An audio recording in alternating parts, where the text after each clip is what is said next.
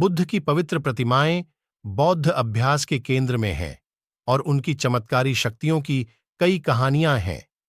कई प्रसिद्ध छवियां जैसे कि मांडले, म्यांमार में महामुनि की मूर्ति, उनकी पवित्रता इस विश्वास से प्राप्त होती है कि बुद्ध ने उनके लिए तस्वीर खिंचवाई थी। बुद्ध की छवि के अभिषेक के लिए अक्सर विस्तृत अनुष्ठानों की आवश्यकता होती है। छवि में प्रवेश करने के लिए कहा जाता है या उनकी उपस्थिति में बुद्ध के जीवन की कहानी बताई जाती है। 4वीं या 5वीं शताब्दी के पुरालेख साक्ष्यों से पता चलता है कि भारतीय मठों में आमतौर पर एक कमरा होता था जिसे सुगंधित कक्ष कहा जाता था, जिसमें बुद्ध की एक छवि होती थी और इसे भिक्षुओं के अपने दल के साथ बुद्ध का निवास माना जाता है। बुद्ध की मृत्यु के लगभग 4 शताब्दियों के बाद भारत में आंदोलन उठे। उनमें से कई नवलिखित ग्रंथों जैसे लोट्स सूत्र या ग्रंथों की नई शैलियों जैसे कि प्रज्ञापारमिता या बुद्धि की पूर्णता सूत्र पर केंद्रित थे, जिन्हें शब्द माना जाता है। बुद्ध का इन आंदोलनों को उनके अनुयायियों द्वारा महायान आत्मज्ञान के लिए महान वाहन के रूप में नामित किया जाएगा, जो पहले के बौद्ध स्कूलों के विपरीत था, जिन्होंने नए सूत्रों को आधिकारिक अर्थात बुद्ध के शब्द के रूप में स्वीकार नहीं किया था। महायान सूत्र बुद्ध की विभिन्न अवधारणाएं प्रस्तुत करते हैं। ऐसा नहीं है कि महायान संप्रदायों ने बुद्ध को एक जादुई प्राणी के रूप में देखा, जबकि गैर महायान संप्रदायों ने ऐसा नहीं देखा। बुद्ध की चमत्कारिक शक्तियों के वृत्तांत संपूर्ण साहित्य में प्रचुर मात्रा में उपलब्ध हैं। उदाहरण के लिए कहा जाता है कि बुद्ध अपने ज्ञानोदय के बाद शिक्षा देने का निर्णय लेने से पहले झिझकते थे और ब्रह्मा द्वारा आग्रह किए जाने के बाद ही उन्होंने ऐसा करने का निर्णय लिया।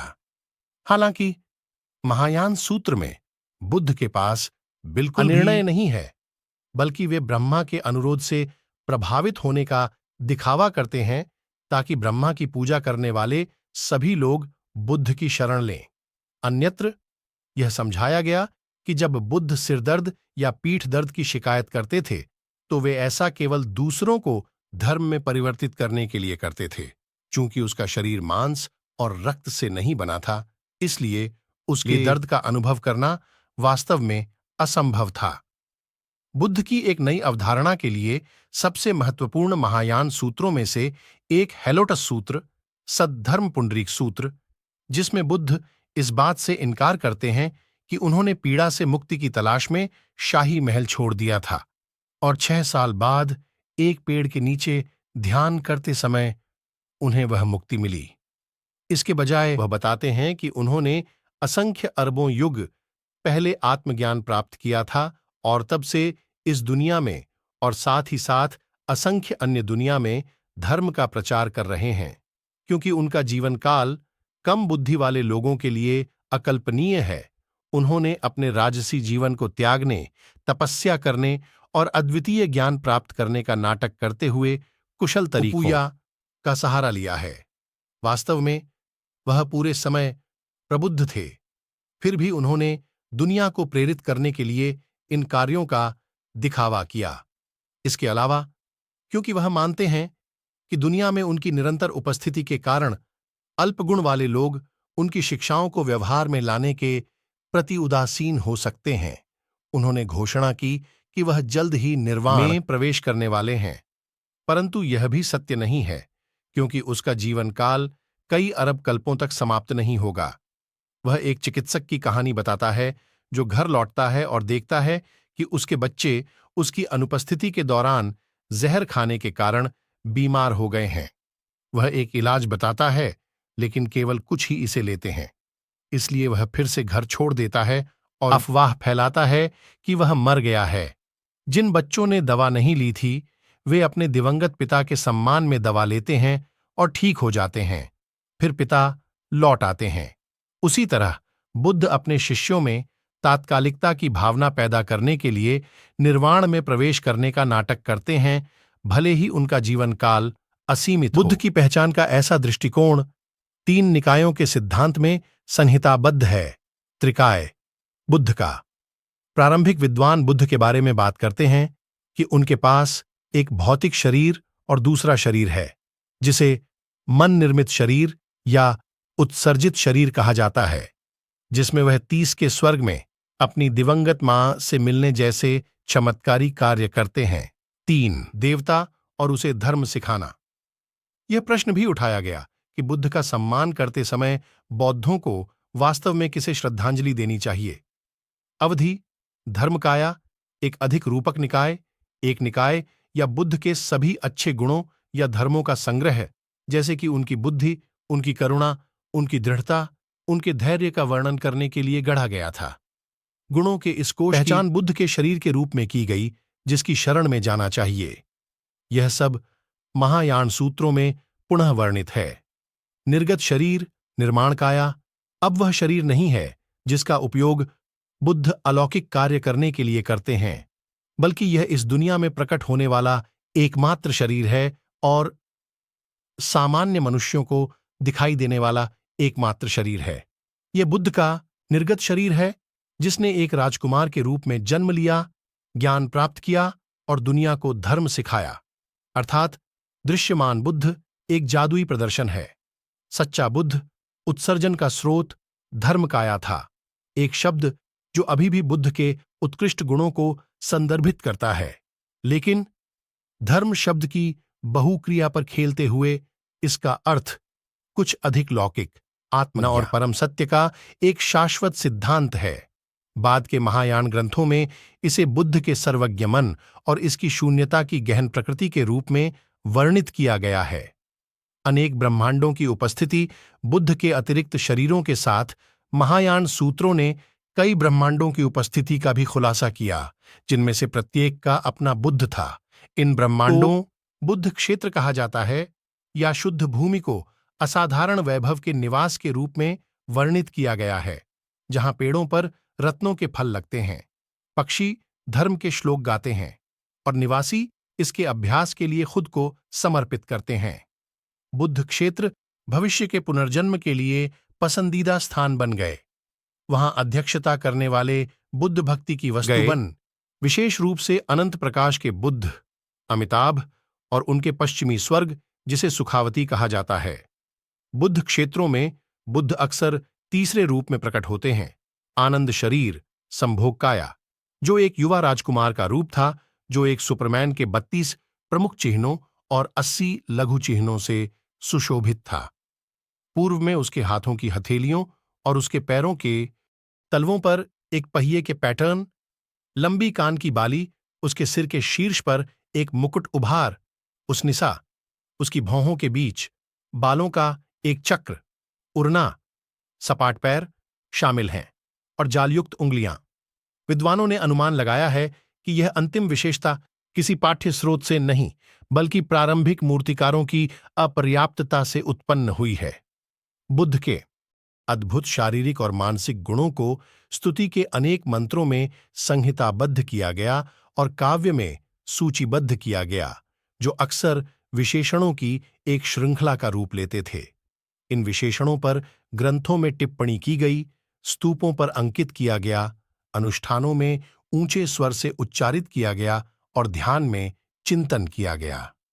अधिक प्रसिद्ध में से एक है, इस प्रकार चला गया: योग्य, पूरी तरह से और पूरी तरह से जागृत, ज्ञान और सदाचार में निपुण, अच्छी तरह से चला गया, दुनिया का झाता, उन लोगों के लिए अद्वितीय मार्गदर्शक जिन्हें संयम की आवश्यकता है, देवताओं और मनुष्यों के शिक्षक, जागृत, भाग्यशाली, उनके अनुयायी जिन्हें बौद्ध कहा जाता है, ने उस धर्म का प्रचार किया जिसे आज बौद्ध धर्म के नाम से जाना जाता है। शीर्षक प्राचीन भारत में कई धार्मिक समूहों द्वारा बुद्ध का उपयोग किया जाता था और इसके कई अर्थ थे, लेकिन इसे बौद्ध धर्म की परंपरा के साथ सबसे मजबूती से जोड़ा गया और इसका अर्थ एक प्रबुद्ध व्यक्ति से था जो अज्ञान की नींद से जाग गया और कुछ हासिल कर लिया। कष्ट से मुक्ति।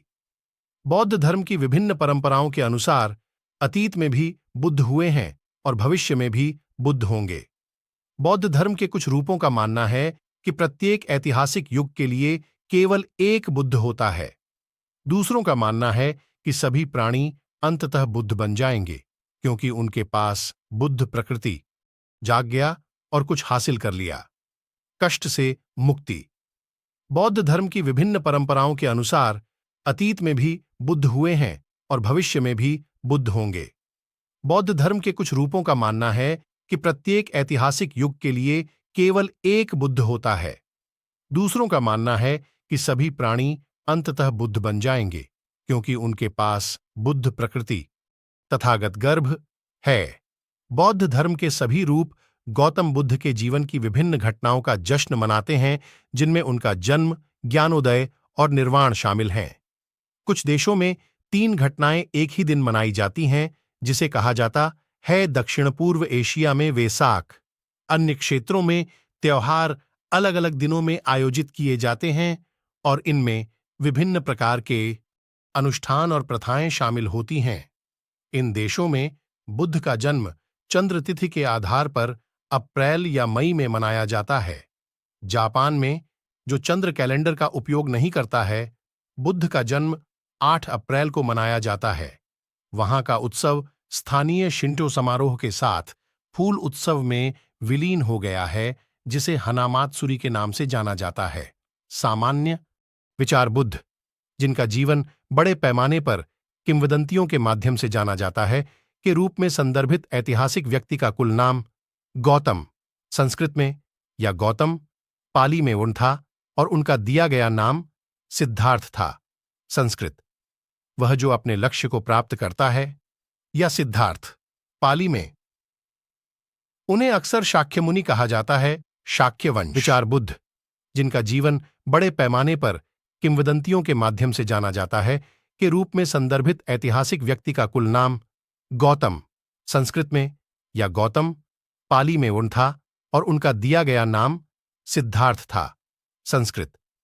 वह जो अपने लक्ष्य को प्राप्त करता है, या सिद्धार्थ, पाली में। उन्हें अक्सर शाक्य मुनि कहा जाता है, शाक्य वंश के अर्षि। बौद्ध ग्रंथों में उन्हें आमतौर पर भागवत, अक्सर भगवान के रूप में अनुवादित के रूप में संबोधित किया जाता है, और वह स्वयं को तथागत के रूप में संदर्भित करते हैं, जिसका अर्थ या तो वह जो इस प्रकार आया है या वह जो इस प्रकार चला गया है हो सकता है। उनके जीवन के बारे में जानकारी काफी हद तक बौद्ध ग्रंथों से मिलती है, जिनमें से सबसे पहले उनकी मृत्यु के कई शताब्दियों बाद सामान्य युग की शुरुआत से कुछ समय पहले तक लेखन के लिए प्रतिबद्ध नहीं थे। इन ग्रंथों में वर्णित उनके जीवन की घटनाओं को विश्वासपूर्वक ऐतिहासिक नहीं माना जा सकता, हालांकि उनके ऐतिहासिक अस्तित्व को विद्वानों ने स्वीकार किया है। ऐसा कहा जाता है कि वह 80 साल तक जीवित रहे, लेकिन उनकी मृत्यु की तारीख पर पारंपरिक स्रोत या परंपरा की भाषा में निर्वाण में मार्ग 2420 ईसा पूर्व से 290 ईसा पूर्व तक हैं। 20वीं शताब्दी में छात्रवृत्ति ने इस सीमा को काफी सीमित कर दिया। राय आमतौर पर उन लोगों के बीच विभाजित थी जिन्होंने उनकी मृत्यु को लगभग 480 ईसा पूर्व और उन लोगों के बीच विभाजित किया था जिन्होंने इसे एक शताब्दी के बाद माना था। ऐतिहासिक संदर्भ बुद्ध का जन्म गंगा नदी बेसिन के उत्तरी किनारे पर कपिलवस्तु के पास लुम्बिनी रुम्मिनदेई में हुआ था, जो उत्तर भारत की सभ्यता की परिधि पर एक क्षेत्र है जो आज दक्षिणी नेपाल है। विद्वानों का अनुमान है कि उत्तर वैदिक काल के दौरान क्षेत्र के लोग आदिवासी गणराज्यों में संगठित थे, जिन पर बुजुर्गों की एक परिषद या एक निर्वाचित नेता द्वारा शासन किया जाता था। बुद्ध के जीवन के पारंपरिक वृत्तांतों में वर्णित भव्य महल पुरातात्विक अवशेषों के बीच स्पष्ट नहीं है। यह स्पष्ट नहीं है कि गंगा बेसिन की सामाजिक व्यवस्था की परिधि पर स्थित इन समूहों को किस हद तक इसमें शामिल किया गया था जाति व्यवस्था। लेकिन कहा जाता है कि बुद्ध का परिवार योद्धा क्षत्रिय जाति से था। केंद्रीय गंगा बेसिन को लगभग 16 शहर राज्यों में संगठित किया गया था, जिन पर राजाओं का शासन था, जो अक्सर एक दूसरे के साथ युद्ध करते थे। मध्य भारत के इन शहरों के उदय ने उनकी अदालतों और उनके वाणिज्य के साथ सामाजिक, राजनीतिक और आर्थिक परिवर्तन लाए, जिन्हें अक्सर ईसा पूर्व 6ठी और 5वीं शताब्दी के बौद्ध धर्म और अन्य धार्मिक आंदोलनों के उदय में प्रमुख कारकों के रूप में पहचाना जाता है।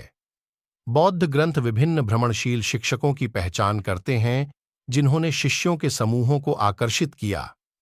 इनमें से कुछ ने ध्यान, योग और तपस्या के रूप सिखाए और दार्शनिक विचार प्रस्तुत किए जो अक्सर व्यक्ति की प्रकृति और इस सवाल पर ध्यान केंद्रित करते हैं कि क्या मानवीय कार्य कर्म का भविष्य पर प्रभाव पड़ता है। हालांकि बुद्ध इन शिक्षकों में से एक बने, बौद्ध उन्हें दूसरों से काफी अलग मानते हैं। इसलिए परंपरा के भीतर उनके स्थान को केवल उनके जीवन और समय की घटनाओं पर ध्यान केंद्रित करके नहीं समझा जा सकता है, यहां तक कि जिस हद तक वे उपलब्ध हैं। इसके बजाय उन्हें समय और इतिहास के बौद्ध सिद्धांतों के संदर्भ में देखा जाना चाहिए।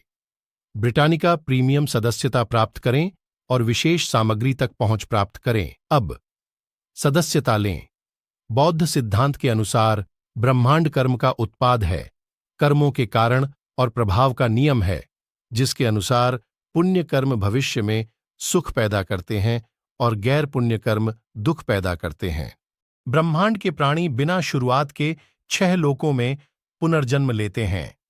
देवता, मनुष्य, जानवर, भूत और नरक प्राणियों के रूप में। इन प्राणियों के कार्य न केवल उनके व्यक्तिगत अनुभवों का निर्माण करते हैं, बल्कि उन क्षेत्रों का भी निर्माण करते हैं जिनमें वे रहते हैं। पुनर्जन्म का चक्र कहा जाता है संसार, शाब्दिक रूप से भटकना, कुपीड़ा का क्षेत्र माना जाता है, और बौद्ध अभ्यास का अंतिम लक्ष्य उस पीड़ा से बचना है। मुक्ति के साधन तब तक अज्ञात रहते हैं जब तक कि लाखों जन्मों के दौरान एक व्यक्ति खुद को पूर्ण नहीं कर लेता, अंततः संसार से बाहर निकलने का रास्ता खोजने की शक्ति प्राप्त नहीं कर लेता और फिर करुणापूर्वक उस रास्ते को दुनिया के सामने प्रकट नहीं कर देता। वह व्यक्ति जो दुखों से मुक्ति का मार्ग खोजने और फिर दूसरों को यह सिखाने के लिए लंबी यात्रा पर निकला है, कहलाता है बोधिसत्व। जिस व्यक्ति ने उस मार्ग की खोज की है, उसका अंत तक पालन किया है और दुनिया को सिखाया है, उसे बुद्ध कहा जाता है।